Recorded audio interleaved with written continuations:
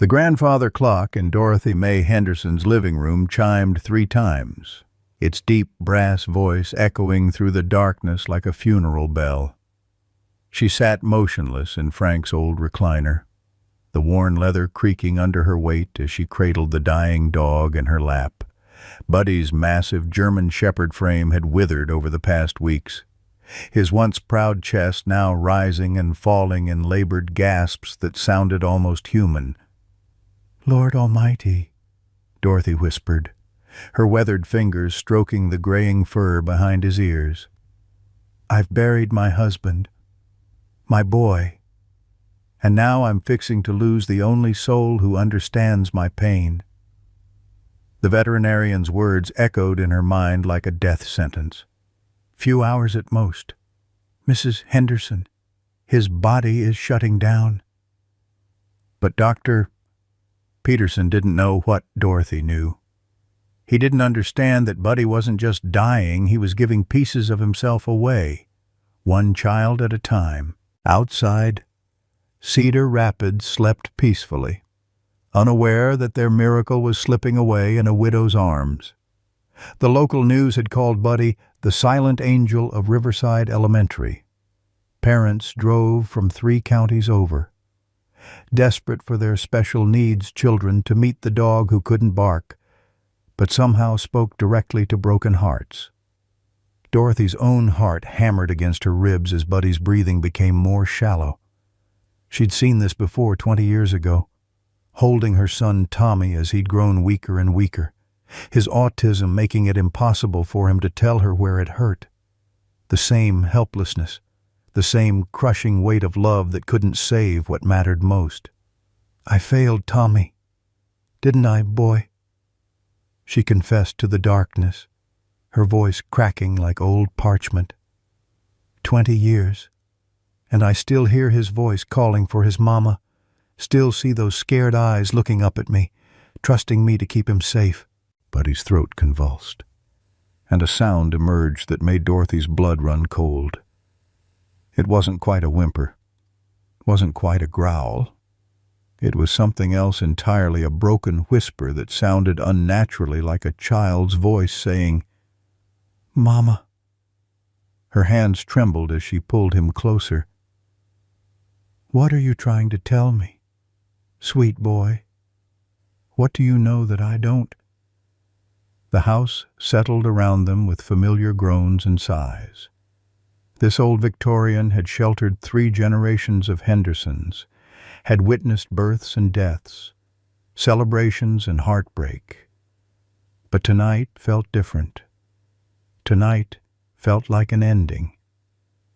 Dorothy's mind wandered to the school board meeting scheduled for 9 a.m., just 6 hours away. They wanted answers she couldn't give, explanations for miracles she didn't understand. How could she tell them that Buddy seemed to absorb the children's pain, that he grew weaker each time a child grew stronger? How could she explain that sometimes? In the quiet moments after a healing session, she swore she heard Tommy's laughter echoing through the empty classroom. "Well, I'll be hornswoggled," she murmured, using Frank's favorite expression. 42 years teaching school, and I thought I'd seen everything. But you, Buddy, you're something else entirely." The dog's eyes opened, those deep brown pools that had first captured her heart at the animal shelter. They held intelligence far beyond what any animal should possess, and something else that made her chest tighten with recognition. She'd seen those same eyes before, filled with the same mixture of love and desperate communication. Buddy's throat worked again, producing that impossible whisper sound that made the hair on Dorothy's arms stand on end. This time, she could swear it sounded like, "Help them." "I know, baby," she soothed, though her voice shook. "I know you want to help them all. But what about helping yourself? What about staying with your old mama who loves you? The question hung in the air like incense, heavy with grief and impossible choices. Through the lace curtains, the first hint of dawn painted the eastern sky a pale gray. Soon, the town would wake. Soon, the phone calls would start, desperate parents begging for just one more session, one more chance for their children to touch the miracle that lived in Dorothy's home. But miracles, Dorothy had learned, always came with a price. And tonight, as she held Buddy's fading warmth against her heart, she wondered if that price might finally be too high to pay. The clock chimed again, marking another hour closer to a decision that would change everything. In the growing light, Dorothy could see the framed photograph on the mantel. Tommy at age 7, his sweet face turned toward the camera, his eyes holding the same impossible depth as the dog now dying in her arms. "Sweet Jesus," she breathed, the truth hitting her like a physical blow. "It's you, isn't it?" Leave a like and share your thoughts in the comments along with the city you're watching from now. Let's continue with the story. 6 months earlier, Dorothy Mae Henderson had driven to the Riverside Animal Shelter with no intention of adopting anything more demanding than a goldfish. At 69, she'd convinced herself that her days of caring for needy creatures were behind her. Frank had been gone 15 years, Tommy 20, and the big Victorian house on Maple Street echoed with too much silence and too many memories. "I'm just looking," she told herself, gripping the steering wheel of her ancient Buick. "Maybe a nice, quiet cat, something that won't need walking in the snow or constant attention." The shelter smelled of disinfectant and hope, that peculiar combination that marked places where second chances were dispensed daily. Dorothy had signed the visitor log with a shaky hand, noting how her arthritis made even simple tasks a challenge these days. The young volunteer, a fresh-faced girl with kind eyes, had led her past rows of kennels filled with barking, pleading faces. "Most folks want the puppies," the girl explained, her name tag reading Jennifer. "But we've got some older dogs that just need someone patient, someone who understands that love doesn't always come easy." They'd walked past golden retrievers and mixed breeds, all clamoring for attention with enthusiastic tail wagging and joyful yips. Dorothy had nodded politely at each one, but her heart remained safely guarded. She wasn't ready for that kind of commitment, that level of heartbreak waiting to happen. Then she'd seen him. Buddy sat in the corner of his kennel like a shadow-given form, his magnificent German Shepherd frame somehow diminished by an invisible weight. His coat, though clean, had lost the luster that marked a healthy animal. But it was his eyes that stopped Dorothy, cold, deep brown pools that held a familiar sadness, an intelligence that seemed almost human. "That's Buddy," Jennifer said quietly, her usual cheerful tone subdued. "He came to us 3 weeks ago. Previous owner surrendered him, said he had behavioral issues." Dorothy stepped closer to the kennel, and Buddy lifted his head with obvious effort. She could see the scars, now thin white lines across his muzzle, a missing patch of fur on his left ear, the way he held his head at an odd angle. "What kind of behavioral issues?" Dorothy asked, though something in her gut already knew the answer wouldn't be simple. "He can't bark," Jennifer explained, her voice tight with suppressed anger. "Someone cut his vocal cords. Did a real butcher job of it, too. According to Dr. Peterson, the surrender paperwork claimed he was too aggressive, but I've never seen a gentler soul. He tries to talk but can't."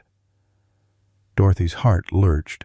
She thought of Tommy, who'd struggled his whole short life to communicate, who'd grown frustrated when the words wouldn't come right. Can I go in with him? Jennifer hesitated. He's real skittish around most folks, especially men. But maybe. She unlocked the kennel door, and Dorothy stepped inside. Buddy didn't shrink away or growl.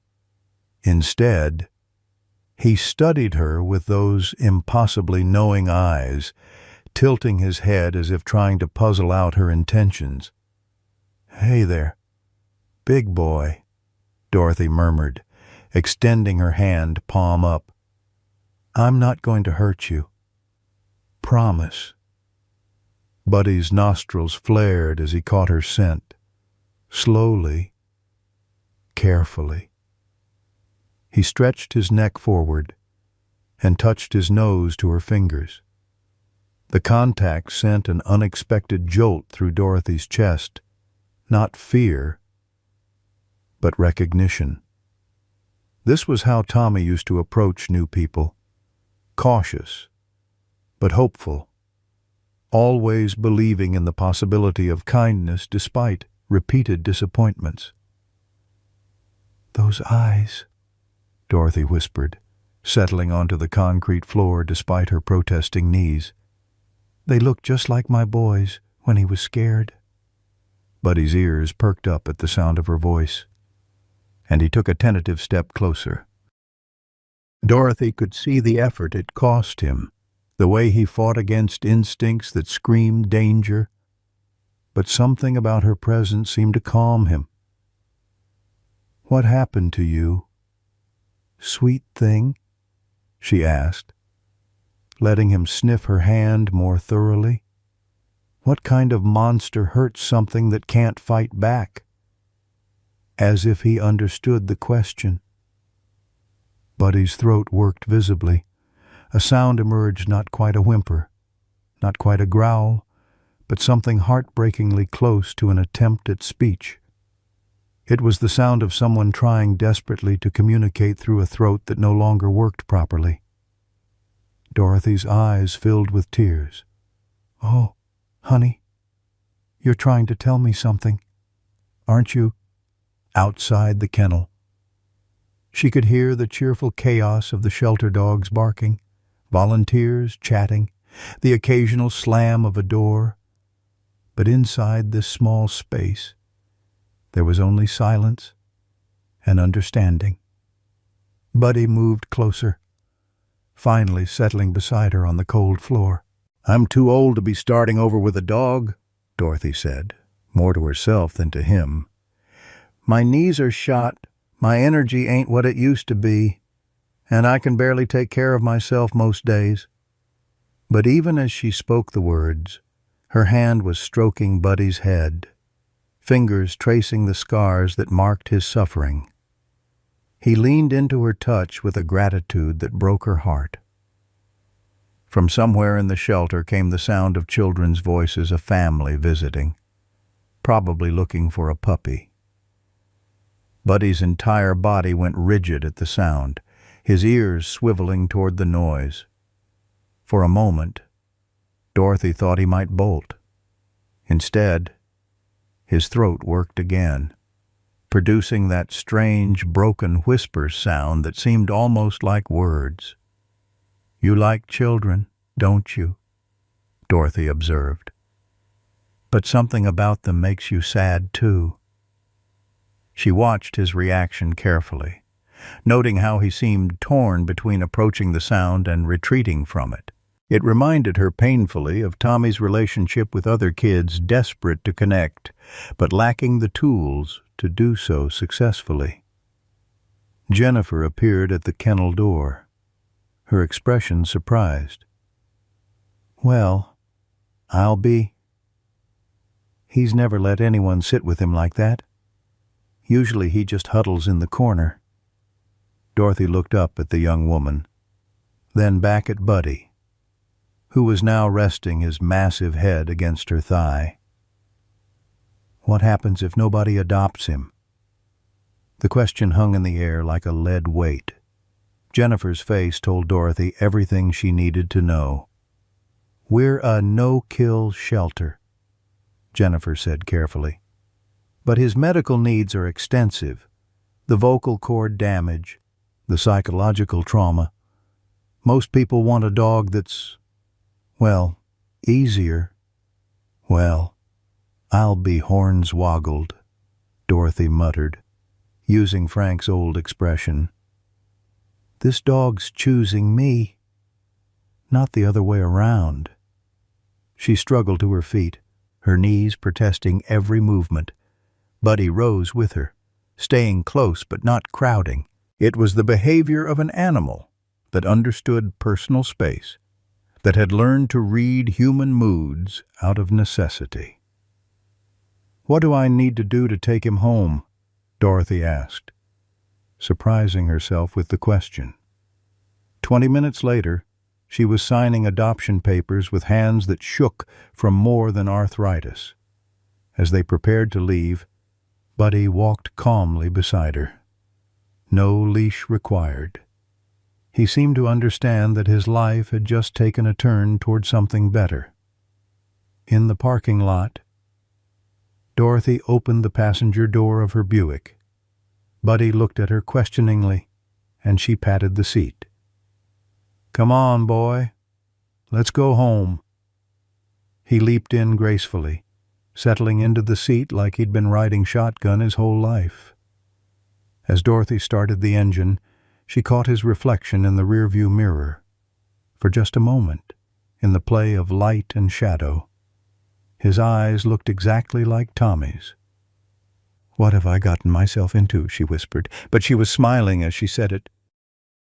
Dawn crept through the kitchen windows of Dorothy's Victorian home like an unwelcome visitor, casting long shadows across the checkered linoleum floor where she'd paced for the past hour. The coffee maker gurgled to life, filling 2 cups out of habit, one for her, one for Frank, though he'd been gone 15 years. Some routines die harder than the people who created them. Buddy lay on his favorite braided rug near the back door, his breathing more labored than it had been just yesterday. Dorothy glanced at him every few seconds, her heart clenching each time his chest rose and fell with obvious effort. The school board meeting loomed just 2 hours away, and she still had no earthly idea what she was going to tell them. "Frank," she whispered to the empty chair across from her, "you always said I had a gift for seeing what others missed. But what if what I'm seeing ain't natural? What if I'm finally losing my marbles like Mama did?" The silence stretched between them, broken only by the ticking of the grandfather clock and Buddy's increasingly difficult breathing. Dorothy wrapped her arthritic fingers around her coffee mug, seeking warmth she couldn't seem to find anywhere else these days. 3 months. That's how long Buddy had been visiting Riverside Elementary, and in that short time, 12 children had shown miraculous improvements. Emily Carter, who hadn't spoken a word in 7 years, now chatted with her classmates. Jacob Miller, whose autism had left him trapped in his own world, was finally making eye contact and responding to his teacher. Little Sarah Thompson, whose ADHD had made sitting still impossible, could now focus for entire lessons when Buddy was nearby. The local newspaper had run a front-page story last week, "Miracle Dog Transforms Special Education Program." Parents from neighboring counties were calling daily, begging for their children to meet Buddy. The school board, initially skeptical, had voted unanimously to make him their official therapy animal, but Dorothy knew something they didn't, something that made her stomach churn with a mixture of wonder and terror. Each time Buddy helped a child, he grew weaker, not obviously, not in a way that outsiders would notice. But Dorothy had spent her life caring for vulnerable creatures, first Tommy, then Frank during his long illness, and now Buddy. She recognized the signs of someone giving more than they had to give. It's like he's pouring himself into those babies, she murmured to Frank's chair. Every session takes a little more out of him. And the way he looks at them. She shook her head, unable to finish the thought. The way Buddy looked at the special needs children was exactly how Tommy used to look at other kids, with desperate longing and an understanding that went bone deep. Tommy had always been drawn to children who were different, who struggled like he did. Even as a little boy, he'd try to comfort classmates who were having meltdowns, offering his favorite toy or simply sitting quietly beside them until the storm passed. Dorothy's hand shook as she reached for the newspaper clipping she'd been carrying in her pocket for days. The headline blurred through her tears, "Local veterinarian under investigation for animal cruelty." Dr. Kevin Walsh's practice had been shut down 2 weeks ago after authorities discovered evidence of unauthorized procedures and animal abuse. The same Dr. Walsh whose name had appeared on Buddy's surrender paperwork. She hadn't told anyone about finding Walsh's name in Tommy's old medical files. How could she explain that the man who'd mutilated Buddy had also been involved in Tommy's care 20 years ago? How could she voice the suspicion that had been growing in her mind like a cancer? "I'm scared, Frank," she admitted to the empty kitchen. "Scared I'm seeing connections that ain't there because I miss our boy so much. But what if they are there? What if that monster did something to Tommy that I never knew about?" Buddy lifted his head at the sound of her distress, those impossibly knowing eyes fixed on her face. He struggled to his feet and padded over to her chair, resting his massive head on her lap. His throat worked visibly, producing that heartbreaking whisper sound that always made her think of Tommy trying to speak when the words wouldn't come. "You understand, don't you, boy?"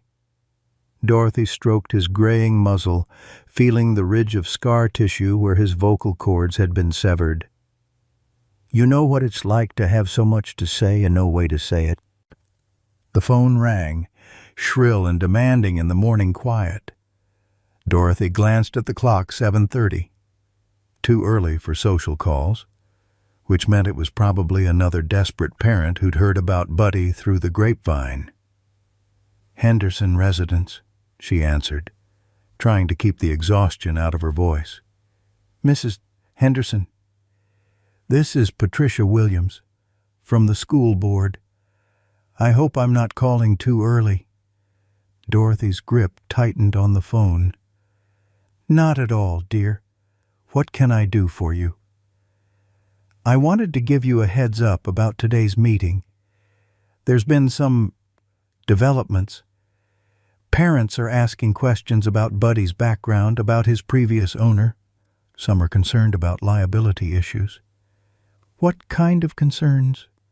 Dorothy asked, though her sinking stomach already knew.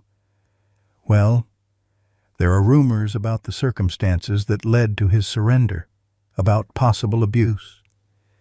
And then there's Dr. Walsh's arrest." Patricia's voice trailed off diplomatically. Dorothy closed her eyes. Of course someone had made the connection. In a town the size of Cedar Rapids, secrets had a way of surfacing like oil on water. "Mrs. Henderson, I need to ask, do you know anything about Buddy's treatment by Dr. Walsh? Anything that might affect his ability to work with children?" The question hung between them like a loaded gun. Dorothy could lie, could claim ignorance and hope the investigation went nowhere. Or she could tell the truth and watch everything crumble. "I know Dr. Walsh hurt him," she said finally. "Hurt him bad. But that don't make Buddy dangerous. Patricia, if anything, it makes him more understanding of what these children go through."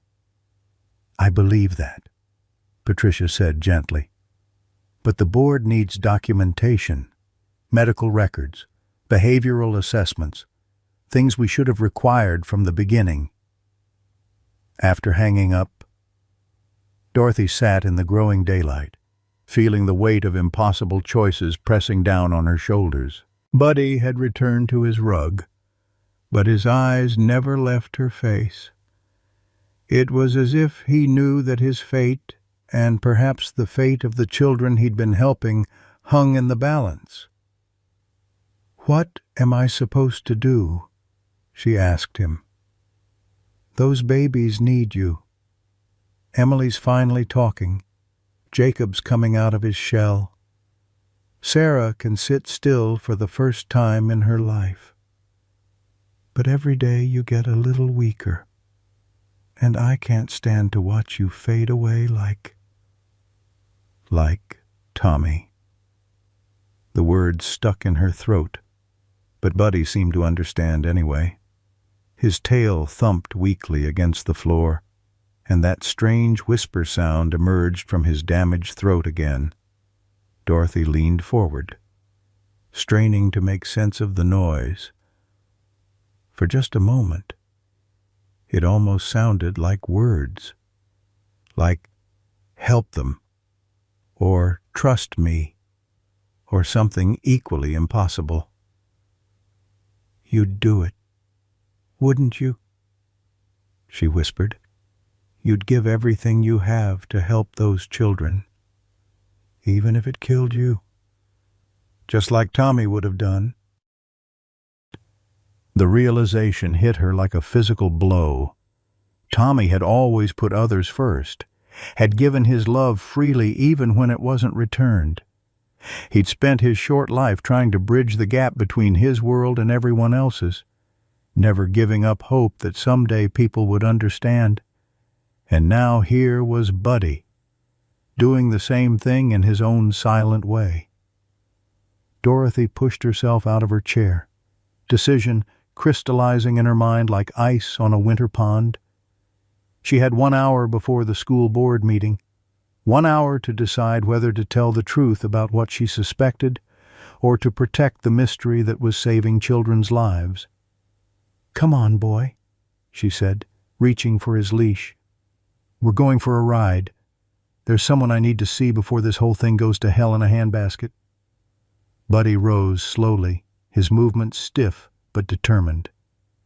As Dorothy clipped the leash to his collar, she could swear she heard that whisper sound again, clearer this time. It sounded exactly like Tommy saying, "I love you, Mama."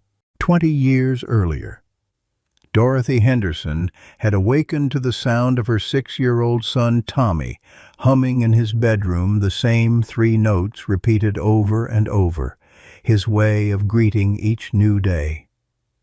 She'd lain in bed for a moment, listening to that familiar melody that meant her boy was content, before the smell of Frank's coffee drew her downstairs to start another carefully structured morning. Tommy needed routine like other children needed air. Any deviation from his schedule could trigger hours of rocking, head-banging, or inconsolable screaming that broke Dorothy's heart into smaller pieces each time. So she'd learned to choreograph their days with military precision breakfast at 7 sharp, his favorite blue bowl, toast cut into perfect triangles, orange juice in the Mickey Mouse cup that had to be filled exactly halfway. That particular Tuesday in March had started like any other, with Tommy arranging his toy cars in precise rows on the kitchen table while Dorothy fixed his breakfast. He'd been making good progress with his new therapist, Dr. Elizabeth Morrison, who specialized in children with autism. For the first time in years, Dorothy had begun to hope that Tommy might eventually attend regular school, might find friends who understood his gentle soul. The knock at the front door had shattered that hope like glass. Tommy's humming stopped instantly. His small body went rigid in his chair, and Dorothy watched the familiar signs of distress begin to surface, the rapid blinking, the way his hands started to flutter near his ears. Unexpected visitors were his greatest fear. representing chaos in a world that only made sense when everything stayed the same. "It's okay, baby," Dorothy had soothed, though her own heart was hammering. "Mama will see who it is. You keep eating your breakfast." Through the front window, she'd seen an official-looking car in her driveway and two people in business attire standing on her porch. Social services. The words had formed in her mind before she'd even opened the door, and her mouth went dry with dread. "Mrs. Henderson, I'm Janet Pierce from Child Protective Services, and this is Robert Brennan from the County Education Office. We need to discuss your son's care." Dorothy had recognized Robert Brennan's name from the papers. He was some kind of administrator who'd been pushing for changes in how the county handled special needs children. She'd invited them in reluctantly, acutely aware of Tommy's increasing agitation as strangers invaded his safe space. "Tommy's doing real well with his current therapist," Dorothy had begun, but Janet Pierce cut her off with a raised hand. "Mrs. Henderson, we've received reports that Tommy has been displaying aggressive behaviors, incidents of biting, hitting, property destruction. These behaviors indicate that he may need more intensive intervention than you can provide at home." Dorothy's blood had run cold. Who reported that Tommy's never hurt anybody in his life? He gets overwhelmed sometimes, but aggressive. That's not my boy. Robert Brennan had stepped forward then, his smile cold and professional. "Mrs.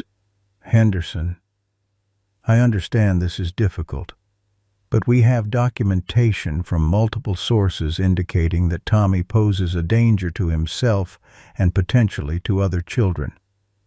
There's a new residential program specifically designed for cases like his."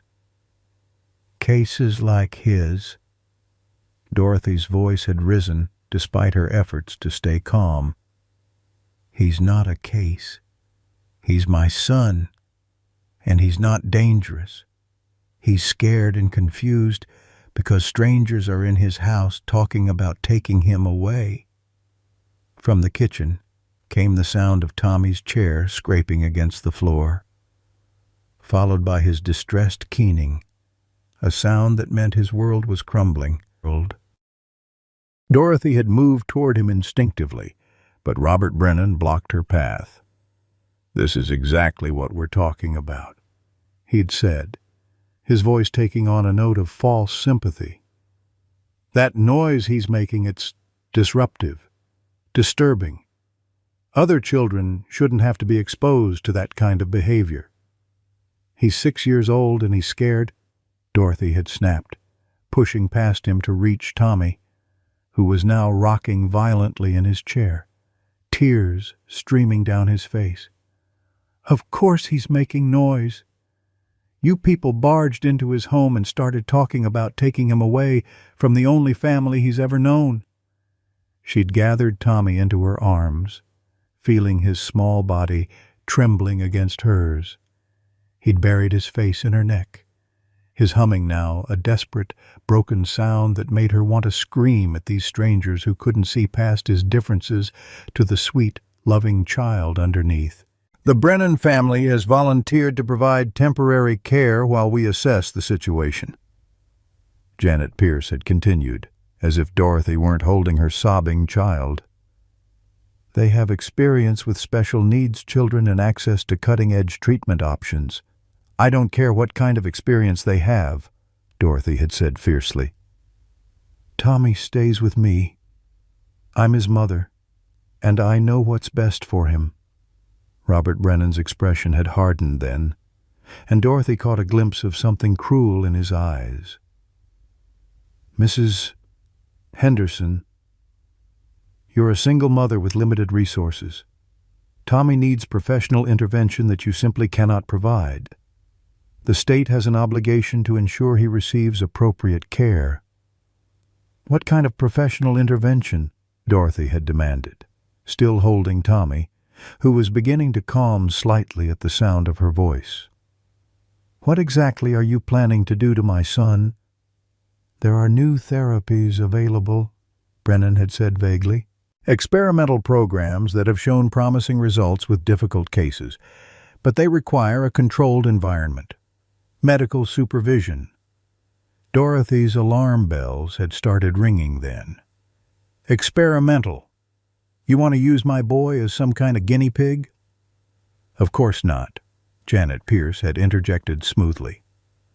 "We're talking about legitimate therapeutic interventions, but Tommy needs to be in a setting where his behaviors can be properly managed." Tommy had lifted his head from Dorothy's shoulder then, his tear-streaked face turning toward Robert Brennan with an expression Dorothy had never seen before, not just fear, but something approaching terror. His small hand had clutched at her shirt, and he'd whispered the longest sentence she'd ever heard him speak. "Mama, the bad man has a dog." The words had sent ice through Dorothy's veins.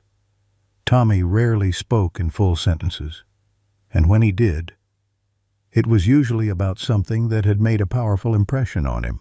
But this felt different, urgent, like a warning. "What dog, baby?" she'd asked gently. But Tommy had just pressed his face back into her neck, his whole body shaking. Robert Brennan had laughed, but the sound held no warmth. Children with autism often have vivid imaginations. They sometimes confuse reality with fantasy. "Tommy doesn't lie," Dorothy had said flatly. "And he doesn't have an imagination like other kids. When he says something, it's because he's seen it or heard it." The two officials had exchanged a look that made Dorothy's skin crawl. There was something they weren't telling her, something about this residential program that they didn't want her to know. "Mrs. Henderson," Janet Pierce had said, her voice taking on a harder edge, "you can cooperate voluntarily, or we can return with a court order. But Tommy will be placed in protective custody either way. The reports we've received indicate that his current environment is not meeting his needs." "What reports?" Dorothy had demanded. "Who's been saying these things about my son?"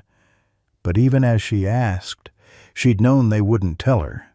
The whole thing had the feel of a setup, a predetermined outcome dressed up as concern for Tommy's welfare. "You have 48 hours to make arrangements," Robert Brennan had said, moving toward the door. "After that, we'll be back with proper authorization." As they'd left, Dorothy had seen Brennan pause by her mailbox, speaking quietly into a cell phone. She'd caught only fragments of the conversation, but the words subject and preparation had been clear enough to make her blood run cold.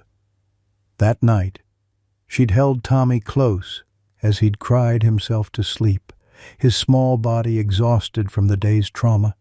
She'd tried calling lawyers, advocacy groups, anyone who might help her fight the system that seemed determined to take her son away. But every door had been closed, every avenue blocked by bureaucratic walls she couldn't scale. 48 hours.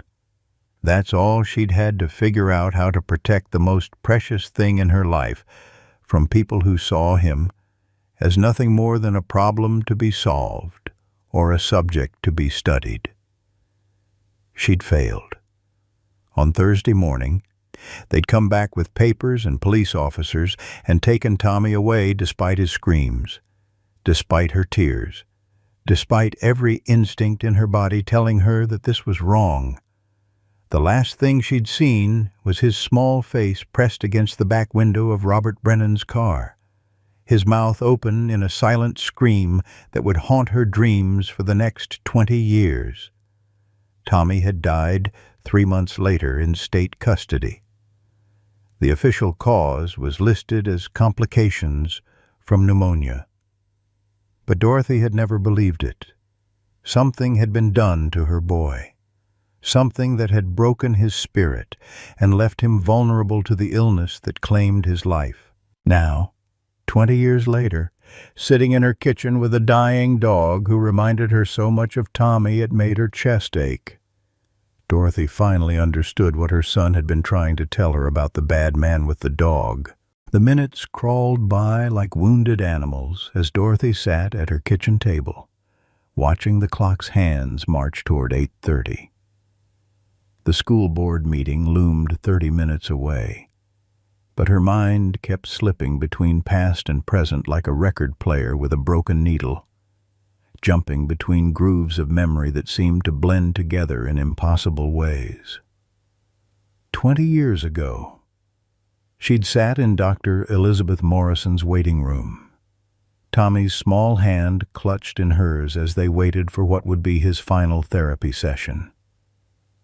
The receptionist had called to cancel the next week's appointment, citing administrative changes that Dorothy hadn't understood then, but made perfect sense now.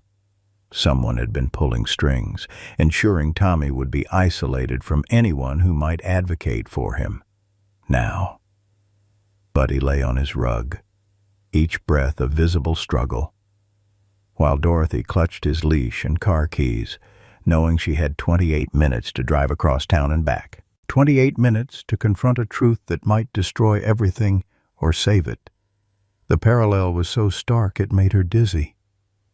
Tommy, trapped in a system that saw him as broken rather than different. Buddy, silenced by cruelty, but still finding ways to reach the children who needed him most. Both of them giving everything they had to help others. Both paying a price that seemed impossibly high. Tommy had loved animals with an intensity that sometimes worried Dorothy. While other children played with toys, Tommy would sit for hours watching birds outside their kitchen window, making soft humming sounds that seemed to calm even the most skittish creatures. Stray cats appeared at their door regularly, as if sensing his gentle spirit. Dogs on leashes would pull their owners toward Tommy, tails wagging frantically despite his inability to pet them properly. His autism made sudden movements and unexpected touch overwhelming. But there had been one dog that Tommy feared. Dorothy remembered now, the memory surfacing like a bubble of swamp gas, noxious and unavoidable. 3 weeks before the social workers came, Tommy had woken up screaming from a nightmare about a big dog with sad eyes who couldn't bark. He'd drawn pictures of it, obsessively dark crayon marks that showed a large dog with its mouth open, but no sound coming out, standing next to a man in a white coat. At the time, Dorothy had dismissed it as the random anxiety that often plagued autistic children.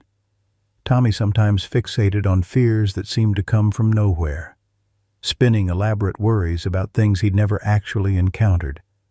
But now, watching Buddy struggle for each breath, she wondered if her son had somehow sensed what was coming for him. The phone rang again, jarring her from the memory spiral. This time it was Sarah Beth Collins, the special education teacher who'd become Buddy's biggest advocate at the school. "Dorothy, I'm at the school early, and I thought you should know there are reporters here. Someone leaked the story about Dr. Beck Walsh's connection to Buddy. Channel 7 has a news van in the parking lot." Dorothy's stomach dropped like a stone. "What are they saying? Nothing good? They're calling it dangerous dog scandal and questioning whether the school board knew about Buddy's history when they approved the therapy program." Sarah's voice was tight with anger. "It's garbage. Dorothy, anyone who spent 5 minutes with Buddy knows he wouldn't hurt a fly. But you know how these things go." 27 minutes now. Dorothy could picture the scene at Riverside Elementary, reporters with their microphones and cameras, school board members arriving to face questions they couldn't answer, parents who'd witnessed miracles now doubting what they'd seen with their own eyes. "Sarah, I need you to know something," Dorothy said, her voice steady despite the chaos in her mind. Whatever happens in that meeting, Buddy isn't the problem. He's never been the problem. The problem is people who hurt innocent creatures and call it progress. After hanging up, Dorothy knelt beside Buddy's rug. His eyes opened at her approach, those impossibly knowing brown depths that reminded her so much of Tommy's gentle gaze. She ran her fingers through his graying fur, feeling the ridge of scar tissue where his vocal cords had been severed. "You know what they did to my boy, don't you?" she whispered. "Somehow, you understand, because they hurt you too." Buddy's throat worked, producing that heartbreaking whisper sound that always made her chest tighten. Today, though, there was something different about it, an urgency that made her lean closer. The sound came again, and for a wild moment, Dorothy could swear it formed words, "Save them." 25 minutes. She thought about Emily Carter, who'd spoken her first words while sitting beside Buddy last month. The little girl had been completely nonverbal for 7 years, trapped inside her autism like Tommy had been, until something about Buddy's silent presence had unlocked her voice. Now Emily chattered constantly, asking questions and making jokes, her parents weeping with gratitude every time Dorothy saw them. Then there was Jacob Miller, whose violent meltdowns had terrorized his family until Buddy's visits began. Jacob would press his face against Buddy's fur during his worst moments, and somehow the dog's steady breathing would calm the storm inside the boy's mind. Jacob's mother had stopped by just yesterday, tears streaming down her face as she thanked Dorothy for giving her son back to her. And Sarah Thompson, whose ADHD had made sitting still impossible until she discovered the peace of resting her hand on Buddy's back during lessons.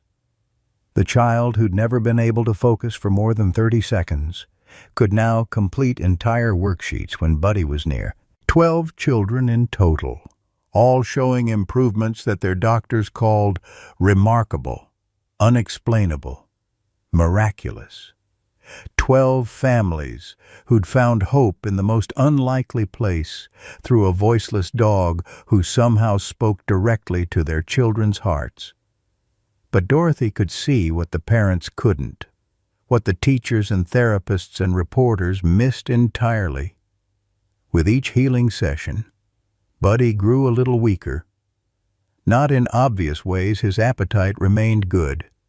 He still enjoyed their evening walks around the neighborhood, but Dorothy had spent her life caring for vulnerable creatures, and she recognized the signs of someone giving more than they had to give. It was exactly how Tommy had been in those final weeks at the state facility. According to the reports, Dorothy had finally managed to obtain through a lawyer. Tommy had been unusually calm and cooperative in his last month, helping other children during their difficult moments, comforting kids who were crying or afraid.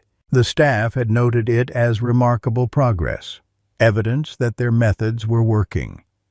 Now Dorothy wondered if her son had been doing the same thing Buddy was doing, pouring his own life force into healing others, sacrificing himself to ease their pain. 22 minutes. Dorothy stood up, her decision crystallizing like frost on a window. She clipped Buddy's leash to his collar, noting how he struggled to stand but managed it through sheer determination. "Come on, boy," she said, her voice stronger than it had been all morning. "We're going to that meeting, and we're going to tell them the truth, all of it, about Dr. Walsh, about what he did to you, about what I think he did to Tommy." Buddy's tail wagged weakly, and that whisper sound emerged from his damaged throat again. This time, Dorothy didn't try to interpret it as words. She simply accepted it as communication from a soul who understood what needed to be done regardless of the cost. Regardless. They walked to her old Buick together, Dorothy's arthritic hands shaking as she opened the passenger door. 20 years too late to save Tommy, but maybe not too late to save the children who still needed protecting. Maybe not too late to expose the monster who called himself a healer while destroying the innocent creatures who trusted him.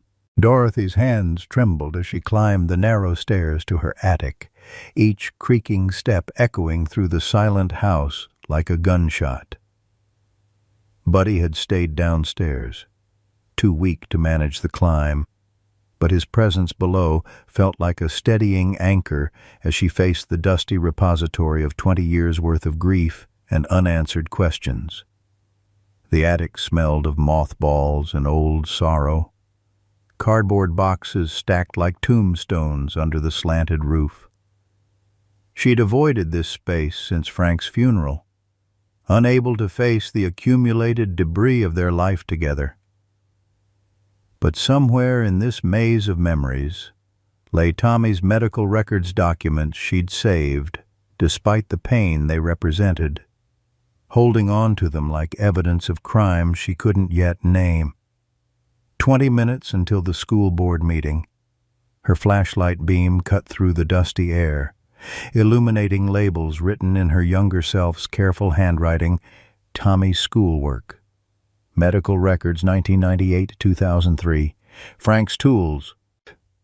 Each box a chapter in a story that had ended too soon and too brutally. She found Tommy's medical files wedged between Christmas decorations and Frank's old fishing gear. The manila folders, yellow with age and brittle to the touch. Her arthritic fingers fumbled with the rubber band that held them together, snapping it with more force than necessary. Papers scattered across the dusty floor, appointment cards, therapy notes, prescription bottles that had long since expired. And there, buried beneath behavioral assessments and school reports, she found what made her blood turn to ice water in her veins. Dr. Kevin Walsh's signature, bold and confident across the bottom of a referral form dated 3 weeks before Tommy's removal from her care.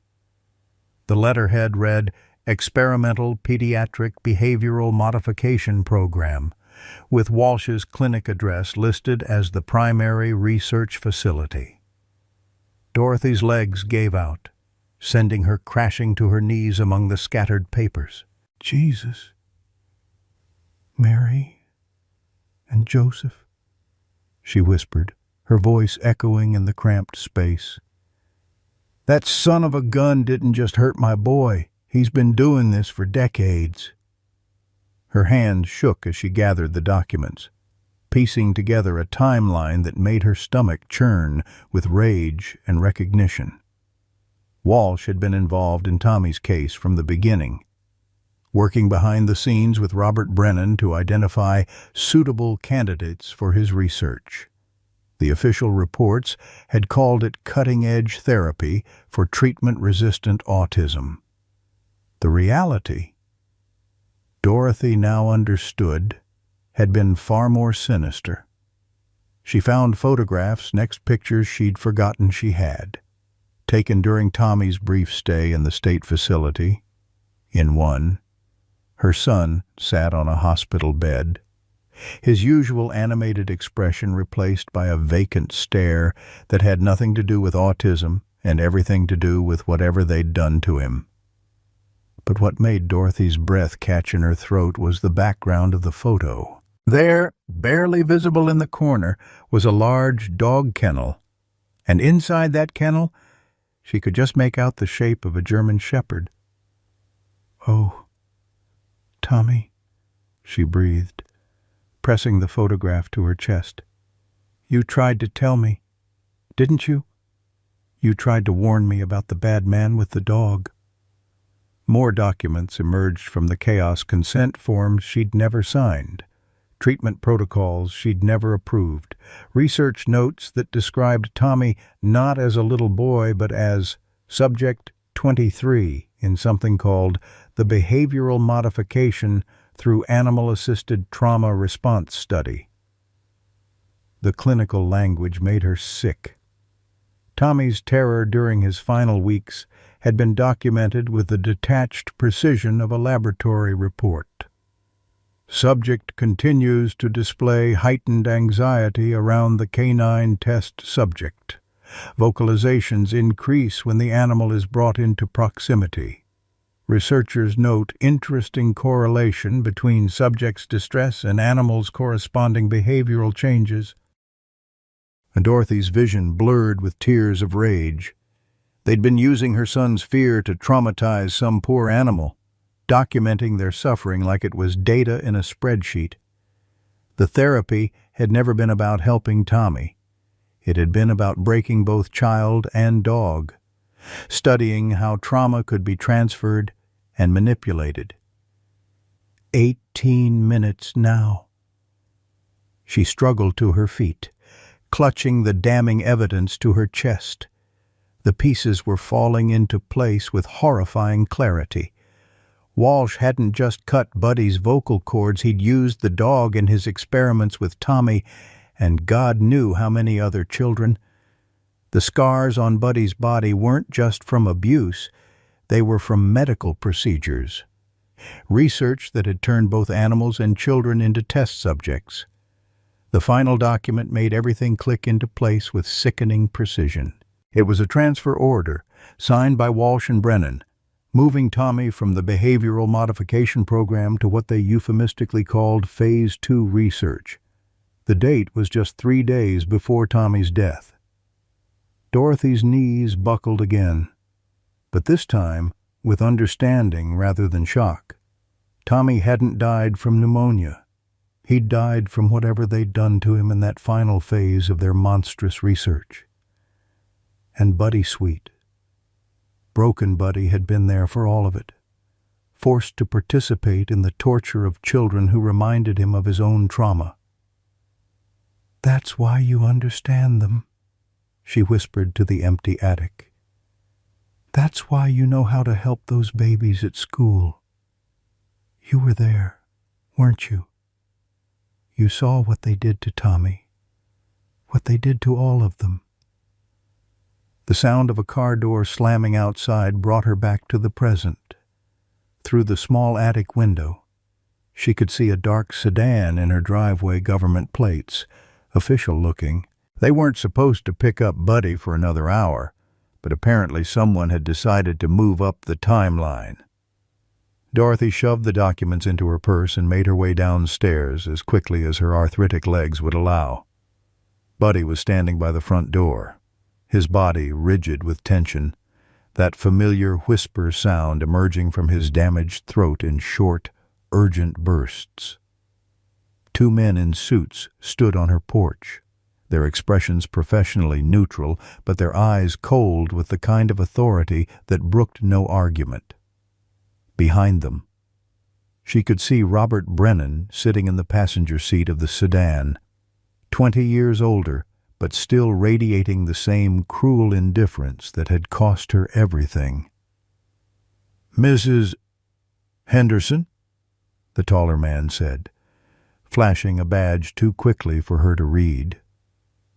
"We're here about the dog.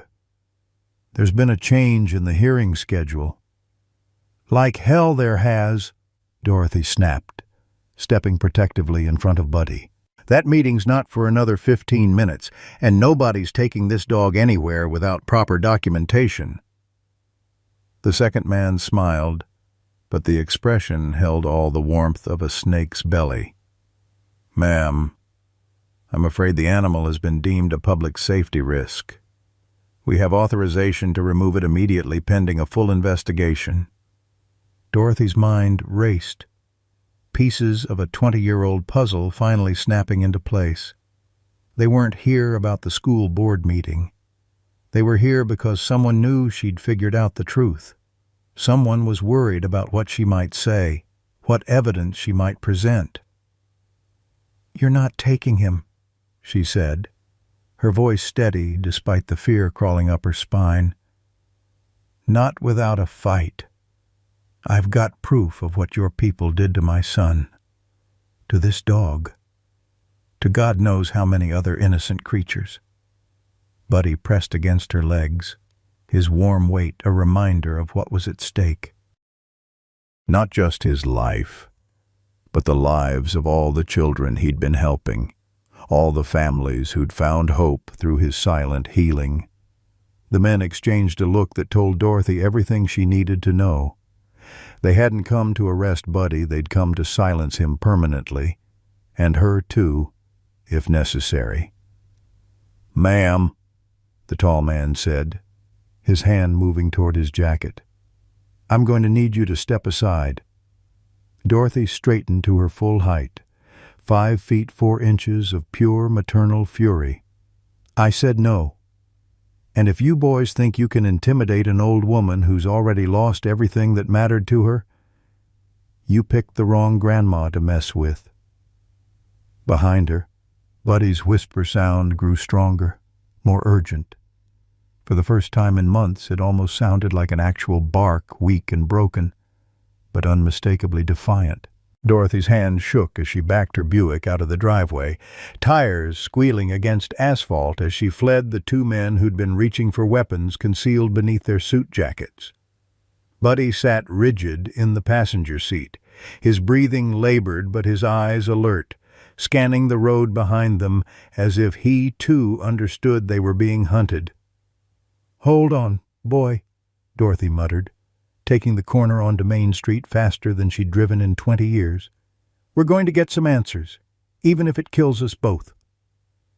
The abandoned veterinary clinic sat on the outskirts of Cedar Rapids like a cancer, its windows boarded up and yellow police tape fluttering in the morning breeze.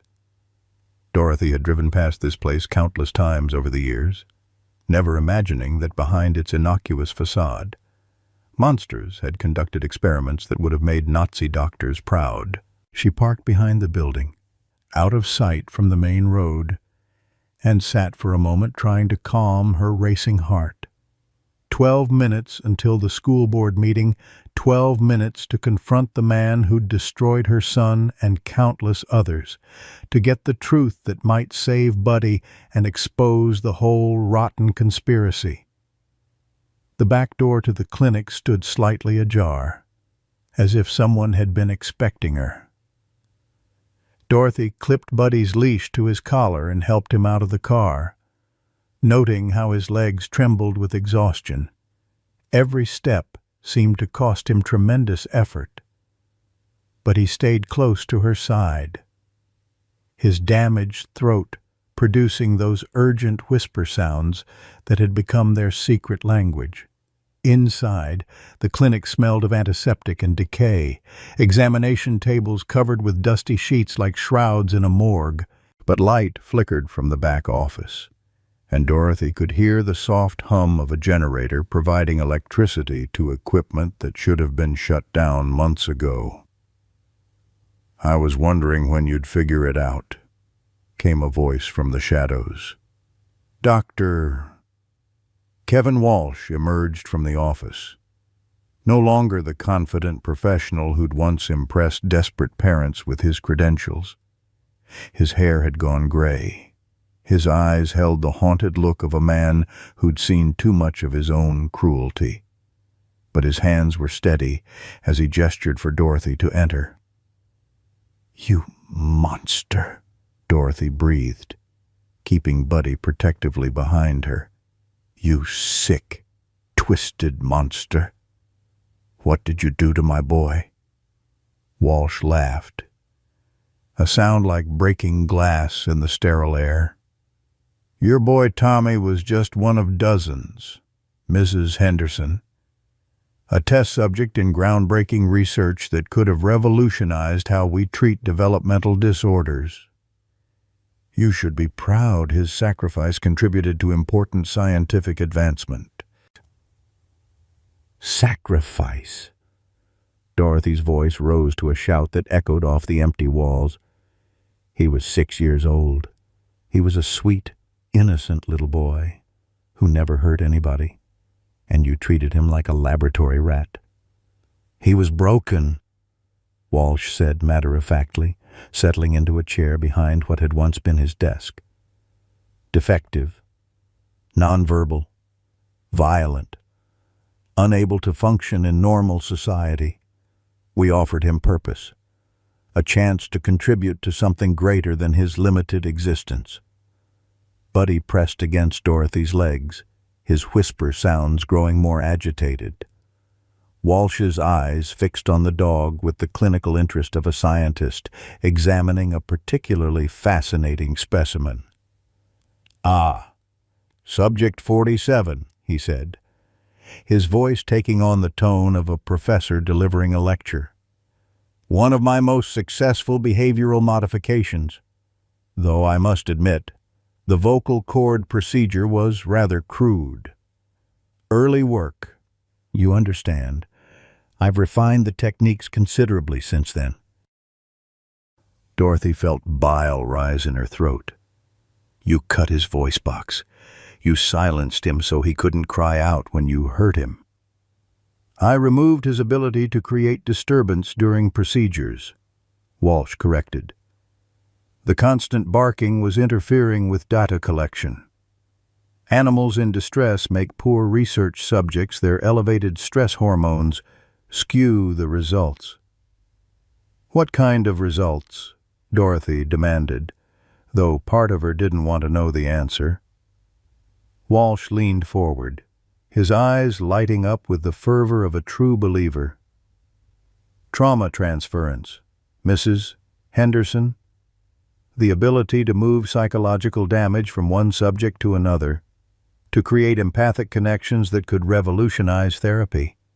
Your son and this dog were part of the same study. We were exploring how shared trauma could create healing bonds." The room spun around Dorothy as the implications hit her. "You tortured them together. You hurt my baby and this innocent animal at the same time, so they'd bond over their suffering." "We created understanding," Walsh insisted. "Deep, fundamental communication between damaged minds.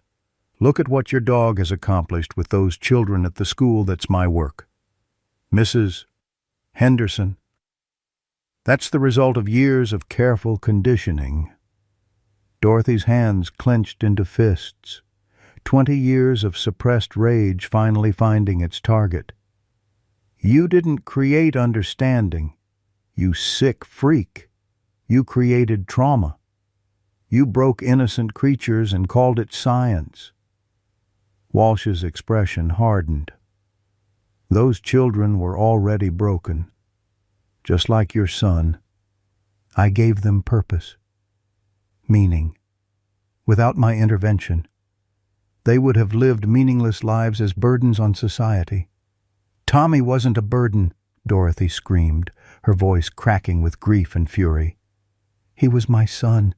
He was funny and sweet and gentle, and he loved animals because he understood what it felt like to be different." "You didn't cure him, you killed him." "The pneumonia was an unfortunate complication," Walsh said dismissively. "But the data we collected from his case has helped dozens of other subjects. His death wasn't meaningless." Buddy's whisper sounds suddenly changed, becoming more urgent, more desperate. Dorothy looked down to see him staring at something behind Walsh's desk, a cabinet with a partially open door. Through the gap, she could see medical equipment, restraints, and worst of all, photographs pinned to a bulletin board. "Show me," Dorothy said, her voice deadly quiet. "Show me what you did to them." Walsh hesitated, then shrugged as if he had nothing left to lose. He opened the cabinet fully, revealing decades of documentation photographs of children and animals in various stages of distress, charts tracking behavioral modifications, and detailed notes on something he called induced empathic bonding. The photographs made Dorothy's knees buckle. Tommy, strapped to a table while Buddy, younger then, his coat still full and shining, was forced to watch from a nearby cage. Other children, other animals, all bearing the same look of helpless terror as they endured procedures that had nothing to do with healing and everything to do with breaking their spirits. "You see," Walsh said proudly, "we documented everything. The process by which trauma creates unbreakable bonds. The way shared suffering generates empathic responses. Your dog understands those special needs children because he experienced the same fear, the same helplessness they feel every day." "You didn't just hurt my boy," Dorothy whispered, staring at the evidence of systematic abuse. "You've been doing this for decades. How many children? How many innocent animals?" 47 canine subjects, Walsh said without hesitation. 63 human subjects over the past 25 years. All carefully selected for optimal research conditions, children who wouldn't be missed. Animals scheduled for euthanization anyway. Efficient use of available resources. Dorothy felt something snap inside her chest, a sound like a tree branch breaking under too much weight. "You son of a bitch. You absolute son of a bitch." "Mrs. Henderson," Walsh said, standing up from his chair, "I understand you're emotional, but you must recognize the greater good here. The advances we've made in understanding trauma-based therapy could help millions of—" He never finished the sentence. Dorothy's purse, heavy with 20 years of accumulated evidence, caught him square in the temple. As he staggered backward, Buddy somehow found the strength to lunge forward, his damaged vocal cords producing something that was almost, for just a moment, an actual bark. Walsh hit the floor hard, blood streaming from his nose, documents scattering around him like confetti. Through the broken window? Dorothy could hear sirens approaching, whether they were coming to arrest Walsh or to silence her forever. She no longer cared. She had the truth now. She had evidence. And she had 9 minutes to get to that school board meeting and make sure the whole world knew what had been done to innocent children and animals in the name of science. "Come on, Buddy," she said, gathering up the most damning photographs. "Let's go save those babies." Dorothy's Buick skidded into the Riverside Elementary parking lot with 3 minutes to spare, gravel spraying behind her wheels as she pulled up beside the news vans that had multiplied like locusts since morning. Buddy struggled to lift his head from the passenger seat, his breathing so labored now that each exhale sounded like a death rattle, but his eyes remained fixed on the school building with desperate determination. "Just hold on, boy," Dorothy whispered, her hands shaking as she gathered the damning photographs and documents from Walsh's clinic. "Just a few more minutes, and then the whole world's going to know what they did to you and Tommy." The crowd outside the school entrance had grown to nearly 100 people, parents clutching their special needs children. Reporters with microphones thrust forward like weapons, school board members looking shell-shocked as they pushed through the chaos. Dorothy could see Robert Brennan near the front steps, his face pale, but his posture still radiating the arrogant authority that had destroyed her family 20 years ago. She clipped Buddy's leash to his collar, noting how he could barely stand but refused to give up. Together, they made their way through the crowd. Dorothy's purse heavy with evidence that would either save everything or destroy it all. "Mrs. Henderson," a reporter shoved a microphone in her face. "Is it true that your dog was involved in illegal medical experiments? Are you concerned about the safety of the children he's been working with?" "The only thing I'm concerned about," Dorothy said loudly enough for everyone to hear, "is making sure the monsters who hurt innocent children and animals finally face justice." The crowd parted as she spoke, parents and reporters alike sensing that something bigger was about to unfold. Buddy walked beside her with painful dignity, his damaged throat producing those heartbreaking whisper sounds that somehow commanded more attention than any bark ever could. Inside the school gymnasium, folding chairs had been arranged in neat rows facing a long table where the 5 school board members sat looking like they'd rather be anywhere else on earth. Patricia Williams, the board president, called for order as Dorothy and Buddy made their way to the front of the room. "Mrs. Henderson," Patricia said, her voice carefully neutral, "we understand you have some concerns about the therapy program. However, given the recent developments regarding Dr. Walsh's arrest, the board has decided to suspend the program pending a full investigation." "No," Dorothy said, her voice cutting through the gymnasium like a blade. "You're not suspending anything until you hear the truth about what's been happening to these children." She reached into her purse and pulled out the photographs from Walsh's clinic, holding them high enough for everyone to see. The images were grainy and disturbing children strapped to tables, animals in cages, the clinical documentation of systematic abuse disguised as medical research. "This is my son Tommy," Dorothy said, her voice steady despite the tears streaming down her face. "He was 6 years old when Dr. Kevin Walsh and Robert Brennan took him away from me, claiming he needed special treatment for his autism. They didn't treat him, they tortured him. They used him as a test subject in illegal experiments that would make your blood run cold."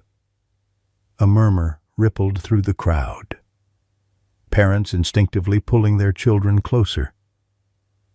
Robert Brennan started to rise from his seat in the audience, but Dorothy's next words froze him in place. "And this beautiful dog," she continued, her hand resting on Buddy's head, "was Tommy's companion in hell.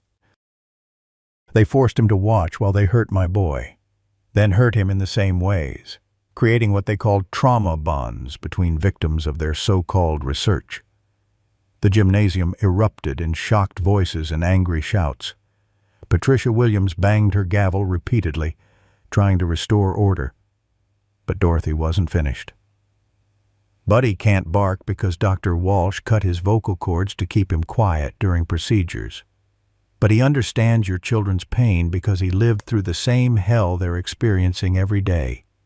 He's not healing them through some miracle, he's helping them because he knows exactly what it feels like to be helpless and afraid and different." She pulled out more documents, spreading them across the table in front of the board members. 63 children, over 25 years, 47 dogs, all of them used as lab rats by people who were supposed to be helping them. Robert Brennan finally found his voice, standing up with the same cold authority he'd wielded 20 years ago. "This woman is obviously distraught about her son's tragic death," he said smoothly. "But these wild accusations are documented fact," Dorothy interrupted, pulling out the referral form with Walsh's signature. "Your signature is on half these documents, Robert.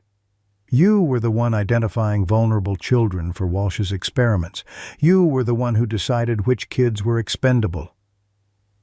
The crowd turned toward Brennan like a single organism, parents' faces transforming from confusion to horrified understanding.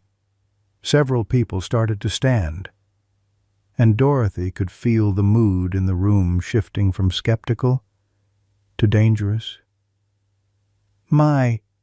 Tommy tried to warn me," Dorothy continued, her voice growing stronger with each word.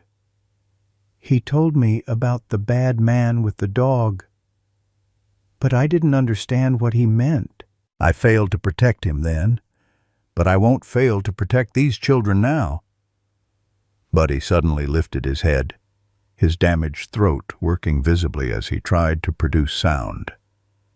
What emerged wasn't quite a bark, wasn't quite a whimper, but something that carried across the silent gymnasium like a ghost's whisper.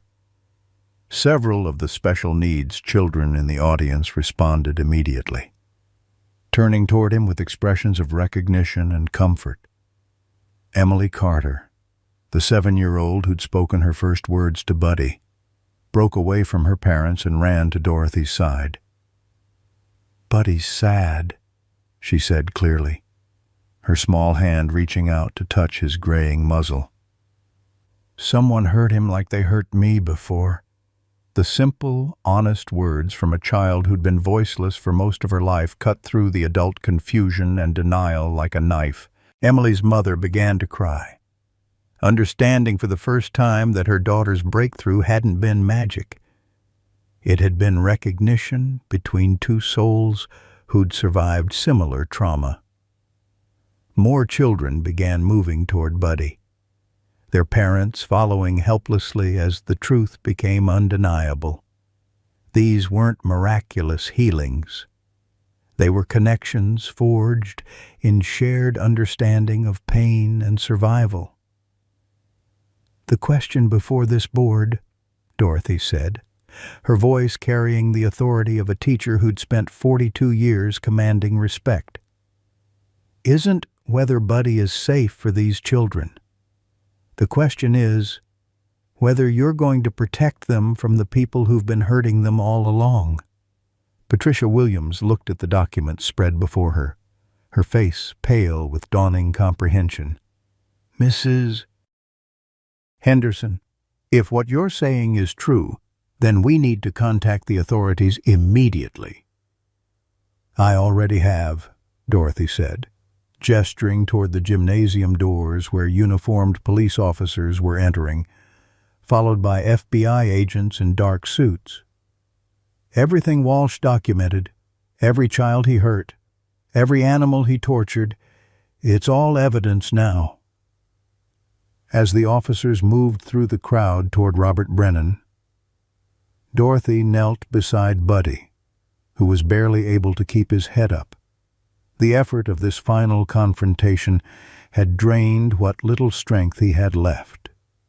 "You did good, boy," she whispered, stroking his ears as the chaos swirled around them.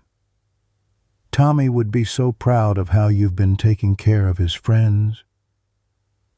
Buddy's tail wagged weakly, and that impossible whisper sound emerged from his throat one more time. To Dorothy's ears, it sounded exactly like, "Thank you, Mama." The truth was finally out.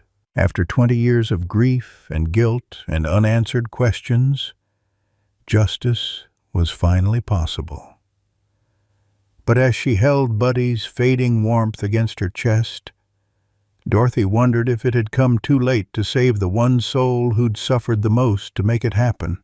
3 months later, Dorothy Mae Henderson sat in her backyard garden, watching the morning sun paint golden streaks across the emerging spring flowers she'd planted in Tommy's memory. Buddy lay on his favorite blanket beside her, his breathing easier now, his coat beginning to regain some of its former luster.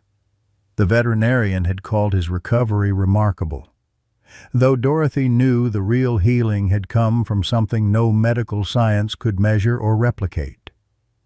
The trial had lasted 6 weeks, with Dorothy's testimony serving as the cornerstone that brought down a network of corruption spanning 2 decades. Dr. Kevin Walsh had been sentenced to life in prison without parole, his co-conspirators receiving sentences that would ensure they'd never harm another child or animal. Robert Brennan had died of a heart attack in his jail cell before the trial concluded, taking his secrets with him to whatever judgment awaited beyond this world. "Sometimes the Lord works in ways that would make a preacher's head spin," Dorothy said softly, running her fingers through Buddy's fur as she spoke to Tommy's photograph, propped against the garden fence. "But love finds a way to heal, even when it comes wrapped in the strangest packages." The back gate creaked open, and Emily Carter came skipping through, her mother Sarah following with a gentle smile. At 7 years old, Emily was chattering constantly now, making up for years of silence with an endless stream of questions and observations that delighted everyone who heard her. "Hi, Mrs. Dorothy. Hi, Buddy," Emily called out, dropping to her knees beside the blanket. "Mama said we could visit before my therapy appointment. I brought you something." She pulled a drawing from her small backpack, a crayon masterpiece showing a large dog with kind eyes surrounded by children of all different colors and abilities. At the top, in careful block letters, she'd written Buddy the Helper Dog. "That's beautiful, sweetheart," Dorothy said, accepting the drawing with hands that no longer shook with grief, but with the simple tremors of age. "Buddy's going to love this." As if he understood, Buddy lifted his head and made his soft whisper sound, the broken remnant of his voice that had somehow become more expressive than any bark. Emily giggled and pressed her face against his neck, the fearless affection of a child who'd learned that being different wasn't something to be ashamed of. "Mrs. Henderson," Sarah Carter said, settling onto the grass beside them. "I wanted you to know that Dr. Peterson thinks Emily might not need the intensive therapy sessions much longer. Her progress has been so remarkable that she'll probably transition to regular counseling within a few months." Dorothy nodded, unsurprised. All 12 of the children who'd worked with Buddy were showing similar improvements, not because of miraculous healing, but because they'd found something precious in their relationship with him. They'd discovered that their differences weren't flaws to be fixed, but simply variations in the beautiful complexity of human experience. Jacob Miller arrived next with his parents, the 8-year-old with Down syndrome beaming as he spotted Buddy on the blanket. His violent meltdowns had become a thing of the past once he'd learned to recognize the early signs of overwhelm and developed healthy coping strategies. Buddy had taught him not through magic, but through the patient example of a creature who'd survived trauma and found peace. "Buddy, Buddy," Jacob called, his speech clearer now, though still touched by the unique rhythm that marked his condition. "I learned new words. Want to hear?" He settled beside the dog and began reciting the alphabet, his pronunciation careful and proud. Buddy listened with the same patient attention he'd given to all the children's struggles and triumphs over the past months. When Jacob finished, the dog's tail wagged with genuine enthusiasm, and his whisper sound seemed to carry notes of congratulation.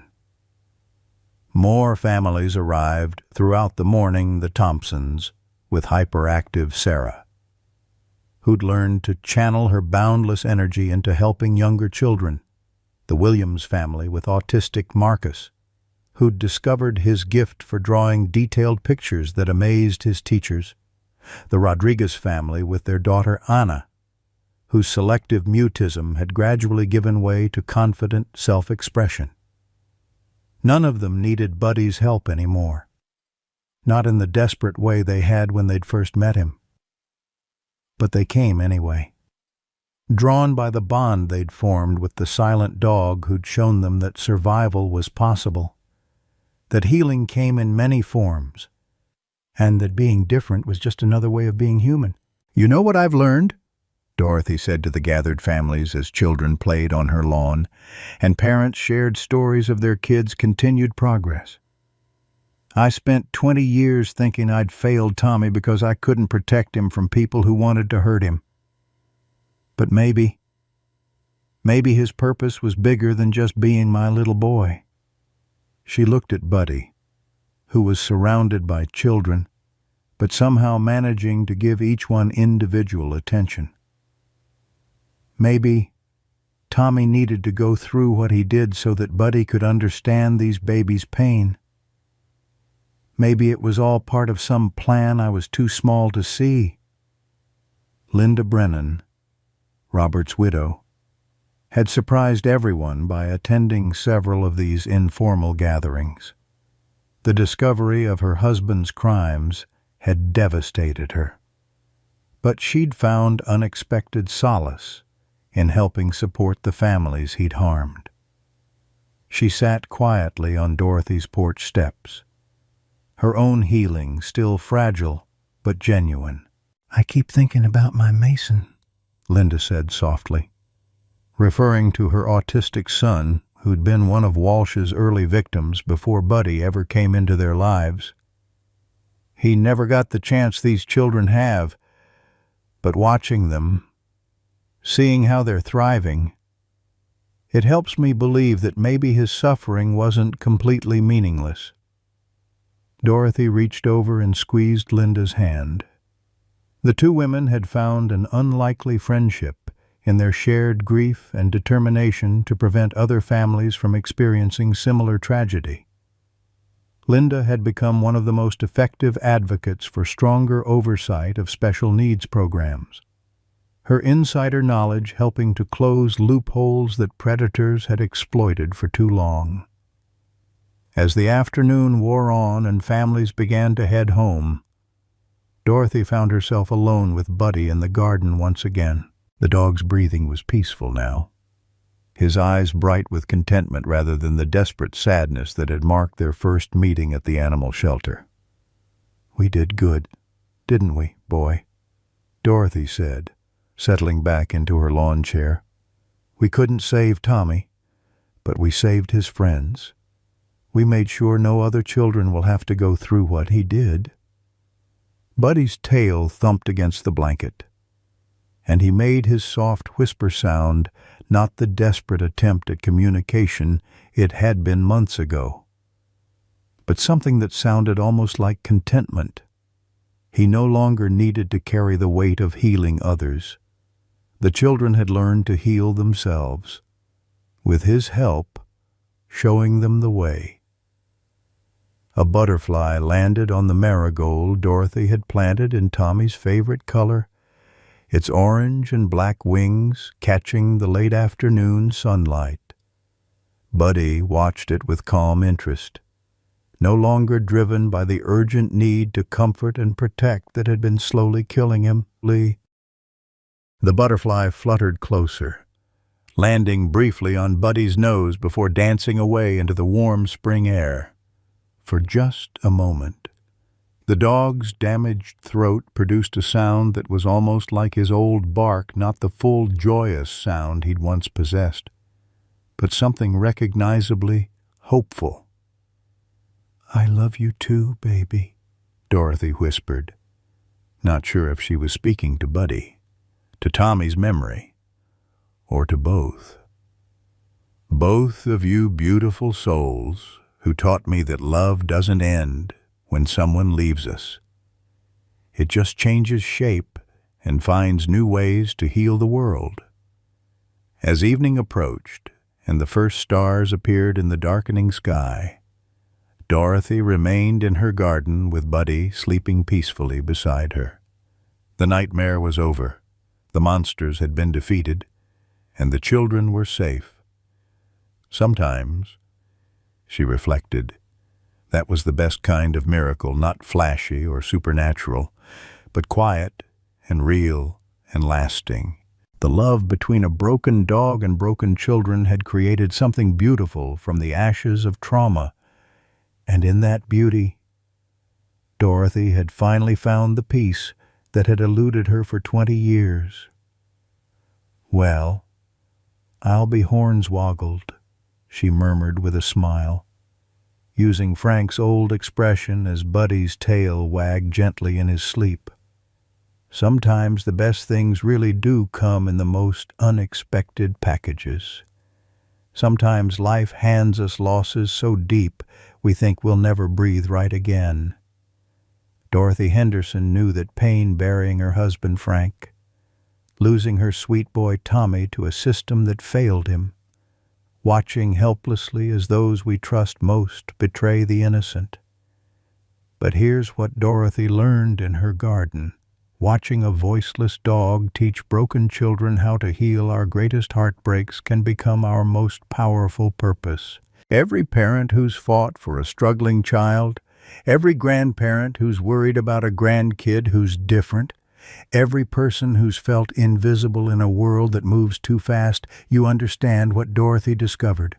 Love doesn't die when we lose someone precious.